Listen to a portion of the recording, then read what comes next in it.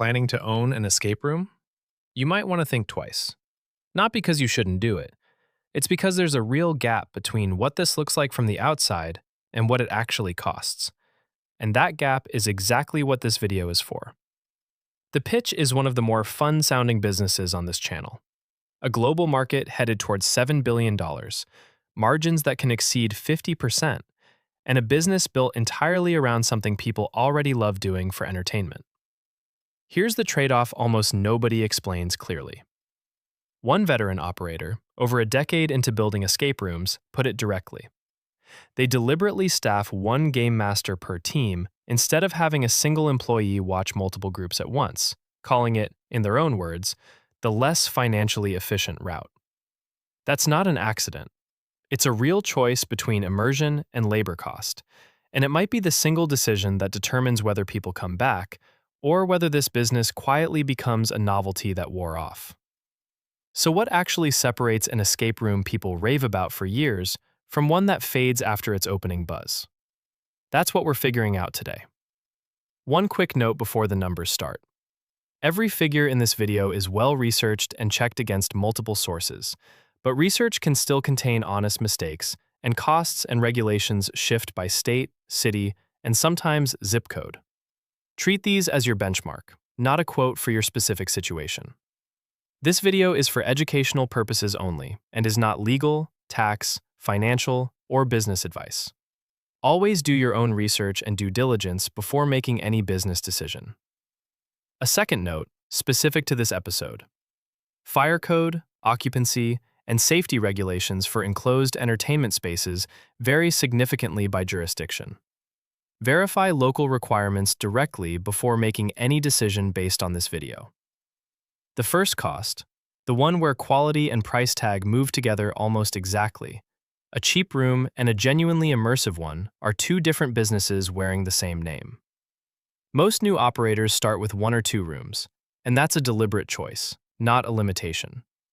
1 room lets you focus entirely on quality before scaling. 2 adds real revenue flexibility and gives you a backup if 1 room needs maintenance. Design and construction alone typically takes 4 to 12 weeks depending on complexity, plus another 2 to 4 weeks for permitting and inspection. Realistically, budget 3 to 4 months from signing a lease to actually opening the doors. Groups typically run 2 to 8 players per session, with 6 commonly cited as close to the practical ceiling, the point where everyone in the room can still genuinely see what everyone else is working on. That's the real structural constraint of this business. Unlike a movie theater or an amusement park, you cannot simply add more seats to increase how much a single session earns. The room, the puzzle, and the group size are the entire unit, fixed the moment construction finishes. Liability coverage deserves real attention too. Locking groups into an enclosed, themed space, sometimes with physical elements like the cage maze some operators build in, means genuine fire code, occupancy, and safety review before a single ticket gets sold. The hidden trap, the one hiding in a staffing decision most owners make without thinking twice, cutting the game master ratio saves money today and costs you the return visit tomorrow. Here's the real choice. 1 game master watching 1 group, fully present, fully reactive to how that specific team is doing, costs more in labor per session than 1 employee monitoring several groups on cameras at once. The operator running that more expensive model was direct about why. Intimacy and real-time engagement are the entire product being sold. Pool your staffing to save on labor, and you're quietly selling a thinner version of the exact experience customers came for. That matters more in this business than almost anywhere else on this channel, because escape rooms face a real trend and novelty risk most other businesses don't. Some locations have reported real declines in bookings once the initial buzz around a room wears off, and a single group rarely returns to play the exact same puzzle twice.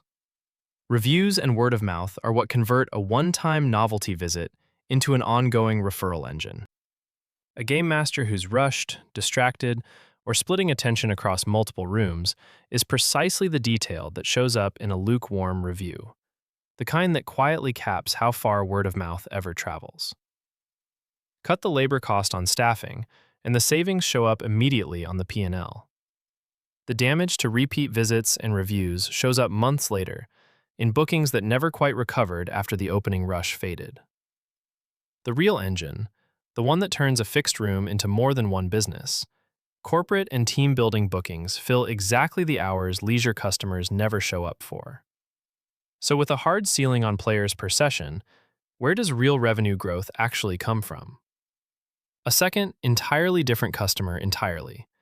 Corporations booking team-building sessions during weekday business hours, precisely when leisure customers are at work themselves and the room would otherwise sit empty. That's not a minor add-on. It's a genuinely separate revenue stream with its own pricing power, since a company covering the bill for a team outing is a different buyer than a group of friends splitting a ticket price on a Saturday night. Monthly revenue for a well-run operation commonly runs $15,000 to $50,000, with margins frequently exceeding 50% once the room itself is paid for. Precisely because the marginal cost of running one more session, game master labor aside, is close to nothing. That high margin is exactly what makes the staffing choice from Layer 2 so consequential. On a business with margins this healthy, the real question was never whether you could afford a dedicated game master per room. It's whether you can afford not to have one, once you count what a thin experience costs you in referrals never made. The real money in escape rooms, the puzzle gets people in the door once. The game master, and whoever's booking that Tuesday afternoon corporate slot, is what actually builds a business instead of a novelty that fades by year 2. Real listings and real operator income put concrete numbers behind the wide range this business can produce. Escape room owners report earning anywhere from $50,000 to over $150,000 a year, with multi-location operators seeing meaningfully higher numbers, and most sources agreeing profitability typically improves after the first year, once reviews and word of mouth have had real time to build. That improvement curve is exactly the mechanism this whole video has been describing. It isn't automatic. It's the direct result of an experience good enough to generate reviews in year 1, compounding into referral-driven bookings by year 2, for the operators who protected experience quality when it would have been cheaper not to. So let's run the 2 real outcomes. The optimistic case. You staff a dedicated game master per active room, actively pursue corporate and team-building bookings to fill weekday daytime hours, and treat reviews as the actual marketing budget they function as. Word of mouth compounds through year 2 and beyond.